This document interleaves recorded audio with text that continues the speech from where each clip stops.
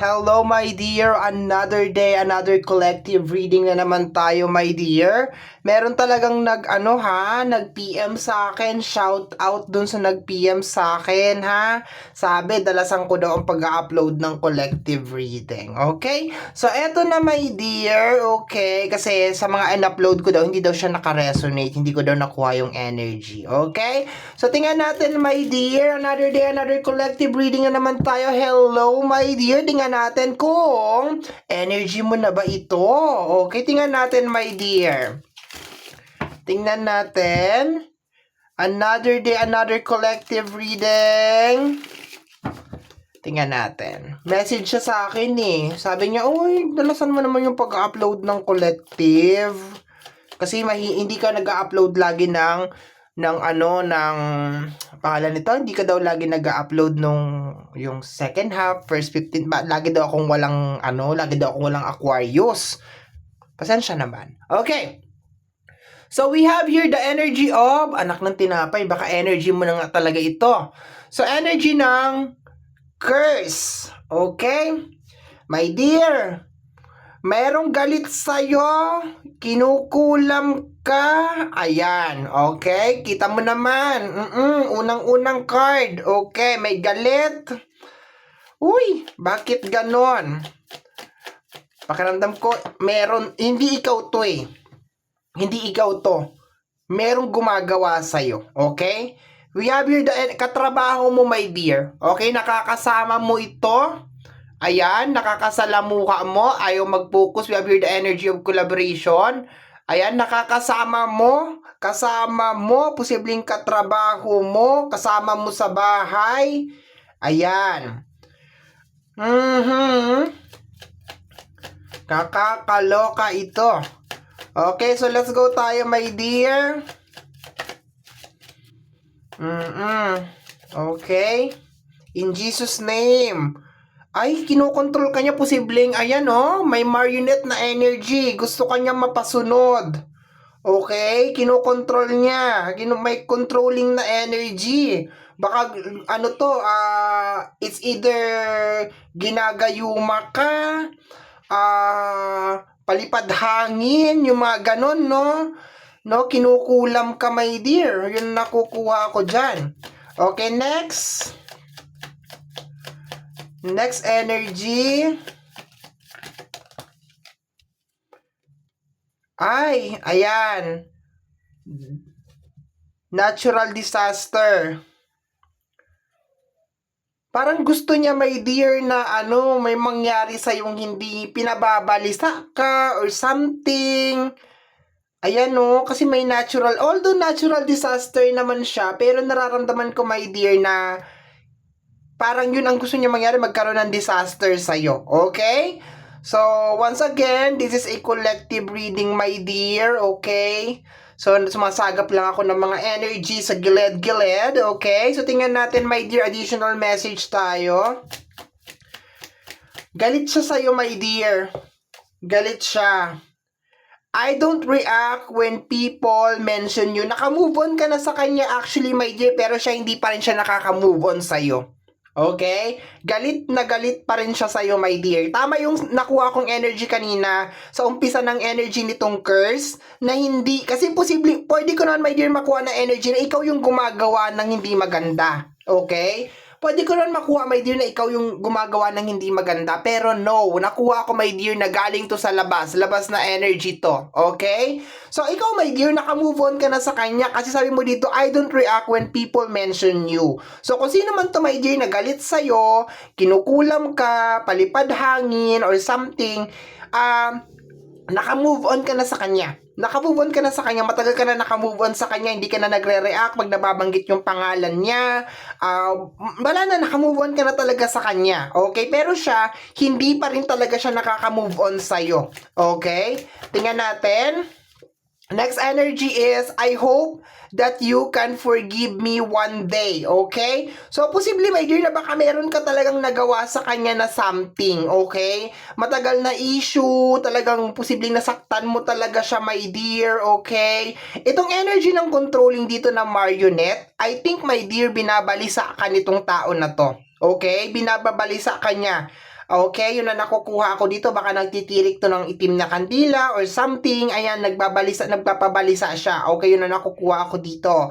Kung makikita mo rin dito, parang mayroong usok. Ayan. So, posible, my dear, na baka picture mo, 'di ba? Nilalagay sa parang usok, ganon, para maano yung utak mo, mabalisa ka. Yun na nakukuha ko, my dear. Baka picture mo, tinitirikan ka ng kandila, pangalan nito, pinapausukan or something para mawala ka sa konsentrasyon. Dahil ang gusto niya mangyari, my dear, masira yung buhay mo. Okay?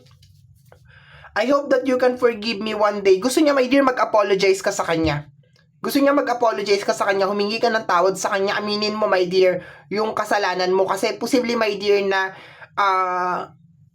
nasaktan mo talaga siya, okay? Ayoko magpanig dito, ayoko sabihin, my dear, na kasalanan mo or kasalanan niya. Pakiramdam ko, maayos naman to once na pag-usapan nyo talaga, okay? Let's go, my dear, posibleng membro ng pamilya din. I wish I could share you my good news, okay? I wish I could share my good news with you, okay? So, I think, my dear, talagang matagal ka na nakamove on sa kanya, okay? Marami ng magagandang bagay ang nangyari sa'yo, okay? Pero minsan, hindi mo siguro mapaliwanag, my dear, parang medyo nababalisa ka, okay, nakukuha ako dito, my dear, o baka sumasakit yung ulo mo, yun na nakukuha ko, or minsan parang wala ka sa sarili mo, yun na nakukuha ko, my dear, kagagawan niya yon. I think hindi naman siya 100% na nagre-resonate sa buhay mo, my dear. I think parang hindi naman siya yung typical na as in talagang kontrola. Pasulput-sulput siya. Pabugso-bugso, my dear, yung ginagawa niya. Minsan nangyayari. I think mas nagre-resonate siya every Martes or every Friday. Kasi doon ko siya nakukuha na parang doon siya nagtitirik ng kandila. Martes and then Friday.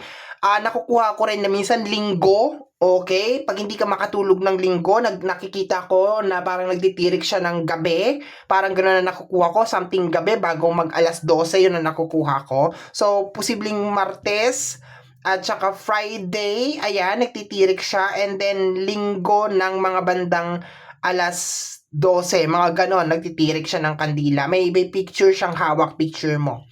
Okay? So, next, marami ng magagandang bagay na nangyari sa iyo, pero sa kanya, dahil siguro sa sobrang galit niya, parang nandun pa rin talaga siya. I know I was a distraction from your pain, okay? So, I think, my dear, yung kinagagalit nitong tao na to, yung parang hindi mo siya inintindi. Parang hindi mo siya inunawa, yun na nakukuha ko dito. Para kasing, ano kasi siya toxic, yun na nakukuha ko, my dear. Para siyang laging pa-victim, yun na nakukuha ko, my dear. Wala na siyang sinasabi kung hindi puro ka-toxican sa bunganga niya. Tuwing kausap mo siya, puro siya reklamo, puro siya complain, yun na nakukuha ko dito, my dear, okay? So, once again, my dear, posibleng nakasama mo siya sa bahay, or kasama mo siya sa bahay as of this moment, or posibleng nakasama mo siya sa bahay, posibleng din, my dear, nakatrabaho mo siya, my dear. Kasi, I think, my dear, parang kung ano man tong issue sa inyo, my dear, wala na sa'yo. Bali, wala na sa'yo to, my dear, okay? So, parang hindi mo rin siguro siya mapaghinalaan na siya to. Kasi, parang, para sa'yo, kasi bali, wala na eh. Move on ka na talaga, my dear, okay? So, yun nga, my dear, curse, merong lihim na galit sa'yo, my dear. Merong hindi pa nakaka-move on sa'yo. Hangad niya, my dear, na masira ang buhay mo. Ayan na nakukuha ko, my dear. Pero ang lakas ng energy, my dear, na parang kasama mo siya. Yun na nakukuha ko, parang kasama mo siya, my dear, okay? Parang may lihim na galit siya sa'yo, okay? Ikaw wala na sa'yo eh. Wala na sa'yo yun. Kumbaga parang kung ano man yung nangyari sa inyo, my dear, is hindi mo na masyadong dinidibdib. Siya talaga, my dear, talagang dinidibdib niya, okay? We have here the energy ng wait, okay? So, naghihintay daw siya sa'yo, my dear. Naghihintay siya, my dear, na parang mag-sorry ka sa kanya or mag-apologize ka sa kanya. Pero, hindi ko alam. 'Di ba bakit ganon? Okay? They are waiting for you. My dear, hinihintay ka talaga nila. Hinihintay ka niya. Okay, mag-sorry ka daw, my dear. Mag-sorry ka. And then, tatanggalin niya lahat to. Okay, mag-sorry ka. Hindi ko alam paano ko to ano, my dear. Kasi yun ang hinihingi niya. Gusto niya daw na mag-sorry ka sa kanya para itanggalin niya yung ginagawa niya, itigil niya yung ginagawa niya. Aminin mo daw yung pagkakamali mo. Yun ang sinasabi dito, my dear. Okay, once again, wala akong idea sa kung ano yung nangyayari sa inyo. Okay, binabasa ko lang yun nasa card. Okay, in Jesus name, maputol sana itong nangyayari na to. Pero mahirap kasi itong ganito na nangyayari. Mahirap tong ganito kasi ilang beses ko na tong nararanasan na parang may tao na galit sa akin and then akala ko okay na kami, yung pala hindi pa pala. Tapos kung ano-ano yung ginagawa. So, tapos malalaman ko na ay kung ano-ano pinagagagawa. You make my heart fall. You make my energy ng marionette, okay? So, baka nakaka-experience ka, my dear, ng chest pain, sakit sa dibdib, okay? Para kang nalulunod minsan or parang hindi ka makahinga. Ay, malupit to, my dear. Baka gusto ka pa niyang, gusto ka pa niyang tigiin talaga, my dear. Okay, to the point na gusto niyang sirain, my dear, yung buhay mo. Hindi ka makapag-focus magtrabaho, hindi ka makapag-concentrate. So, ibig sabihin, gusto ko talagang mamatay nitong tao na to. Dahan-dahan kanyang pinapatay. Yun ang nakukuha ko dito, my dear. Okay? So, dahil sa inggit, dahil sa selos, or dahil doon sa kung ano man yung issue na meron kayo na naka-move on ka naman na, ayan, nag-ano siya. Once again, ang ginagawa niya sa isang titirik siya ng itim na kandila and then parang merong baka yun sa kandila, sa ibabaw ng kandila, pinapausokan niya yung picture mo. Yun ang nakukuha ko, my dear. Okay? Next is, I have lost everything. Yun ang gusto niya mangyari sa'yo, my dear. Mawala sa'yo ang lahat. Lahat ng meron ka ngayon. Posible, my dear, na ini-stalk ka rin nitong tao na to. So, posibleng updated talaga siya, my dear, sa mga bagay na nangyayari sa'yo. At hindi siya masaya, my dear, sa mga bagay na nangyayari sa'yo. Sinasabi ng card dito, my dear, na yes, marami ka ng achievement, marami ng magagandang bagay na nangyari sa'yo. Pero yun nga lang, my dear, meron talagang tao na hindi masaya para sa'yo. Okay? Yun ang nakukuha ko dito, my dear. Okay? Posibleng dati mo siyang nakasama, parang yun ang nakukuha ko, nakasama sa bahay or kasama sa bahay, yun ang nakukuha ko, my dear. Kung dati mo siyang nakasama, okay, sa bahay, or dati mo siyang naka-live-in or something, ganyan, I think, mas okay pa yung ganon. Yung ganon, dati mo siyang nakasama or something, tapos hiwalay na kayo ngayon. Para sa akin, parang mas pa yun mas okay pa yon. Pero kung kasama mo siya sa bahay, mas kasi evil eye talaga yun So, mag-ingat ka, my dear, sa mga nakakasama mo sa bahay, sa mga, alam mo yun, posibleng binabantayan niya, my dear, yung mga kilos mo, yung mga achievement mo, yung mga success mo, and hindi siya masaya. The more niya nakikita, my dear, na successful ka, the more niya nakikita, my dear, na marami kang achievement, the more niyang ginagawa to ng ginagawa, and parang hindi siya titigil, my dear, hanggang hindi ka mabura, my dear, sa mundo. Okay? So, additional, na tayo, my dear, advice na tayo. Okay? Kung akong tatanungin mo, my dear, kung kaya mo mag-sorry sa kanya, mag-sorry ka na lang. Okay? Of course, stay connected sa ating buong may kapal na may likha ng langit at lupa, my dear. Kasi wala namang makakatalo, my dear, talaga sa kabutihan, okay? I think kaya niya nagawa to dahil sa sobrang galit, basta talaga galit ka, my dear, no? Basta talaga may galit talaga sa puso mo, nakakagawa ka ng mga ganitong mga bagay-bagay. Okay? Bali, wala na sa kanya kung anong balik sa kanya nitong ginagawa niya. Kasi, my dear, may mga balik to. Itong pag ganito na ganyan, yung pagsitirik ng kandila, yung pag hindi mo alam, my dear, yung ginagawa mo, I just hope na alam niya kung ano yung ginagawa niya, my dear. Okay? Kasi, lalo na, my dear, pag yung ginagawa niya, mapatay niya yung tao, diba? Ay, Diyos mio, Lord, patawarin mo tong taong to. Hindi ko alam kung gaano kabigat yung babalik sa kanya talagang karma, no? Ay, my God, mapinsala ka nitong tao na to, makitil ang buhay mo sa ginagawa niya. Nako, katakot-takot na kamalasan. Alam mo, ito pa naman mga ganitong gawain, my dear. Tumatakbo to generation to generation to generation to generation. No? Wala ka na sa mundo, nanganak ka na, yung apo mo, yung apo mo, yung apo ng apo ng apo ng apo ng apo ng kaapu-apuhan mo, my dear. Talagang daladala niya talaga yung ginawang kasalanan. Kaya sabi, Kaya dapat alam niya yung ginagawa niya. Ay, Diyos mio, Marimar. No?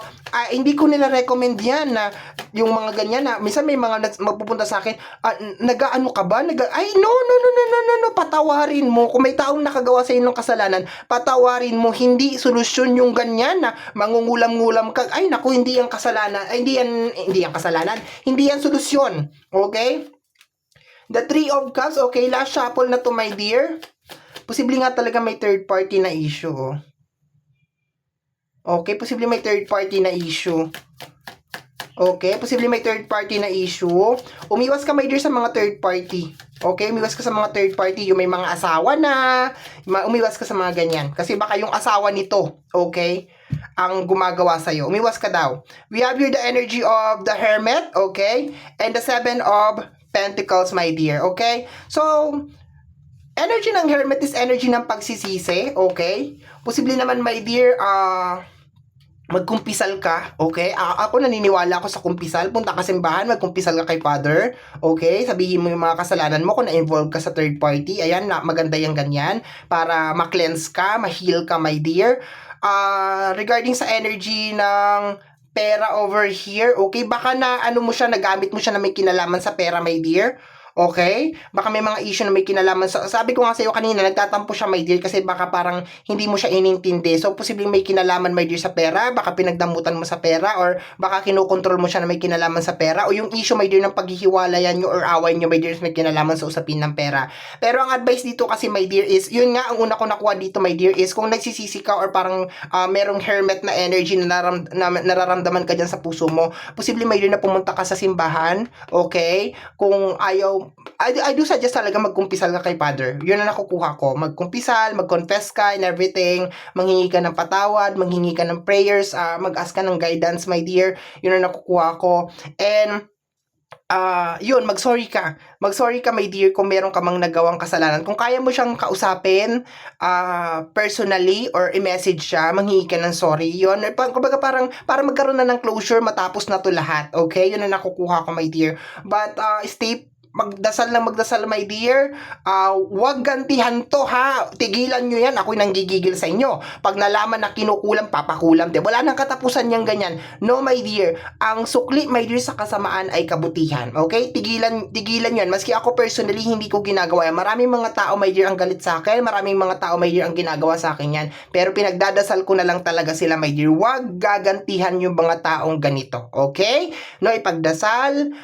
Kung ikaw naman talaga personal ay merong kasalanan sa tao na to, humingi ng tawad, okay? Kung ikaw ay nakagawa ng kasalanan, like na-involve ka ng third party or talagang na-damage mo tong tao na to, humingi ng tulong, pumunta sa simbahan, di ba? Mangumpisal, okay? Yun ang nakukuha ko. Kasi ako yan ang ginagawa ko, my dear. Every time that I make sins, nangungumpisal ako. Okay? So, my dear, ang hirap i-explain ng mga ganito kasi hindi ko talaga to tinatackle, my dear, yung mga ganito kasi ayoko na pumasok sa mga utak nyo yung mga ganito, na ayoko talaga, pero yun ang lumabas, my dear. So, once again, collective reading, wala tayong magagawa. Kung na ibibigay ng card, kailangan kong basahin, okay? So, my dear, yan ang collective reading natin para sa araw na ito. Nakakaloka. Somehow, my dear, kung nagustuhan mo to, especially kung napadaan ka lang, don't forget to subscribe. Paki-click, my dear, ang notification bell para ma-update ka sa aking mga upload. Kung napapanood mo to, my dear, sa ating YouTube channel, at kung napapanood mo naman to, my dear, sa ating Facebook page, wag na mag-hesitate, wag na mag-alinlangan, my dear, na mag-like and mag-follow sa ating Facebook page. Free to like, free to share, free to comment sa lahat ng ating mga videos, mga my dear. Once again, my name is RJ, also known as Apo J. Maraming salamat po, and until next time, bye-bye! Thank you, my dear.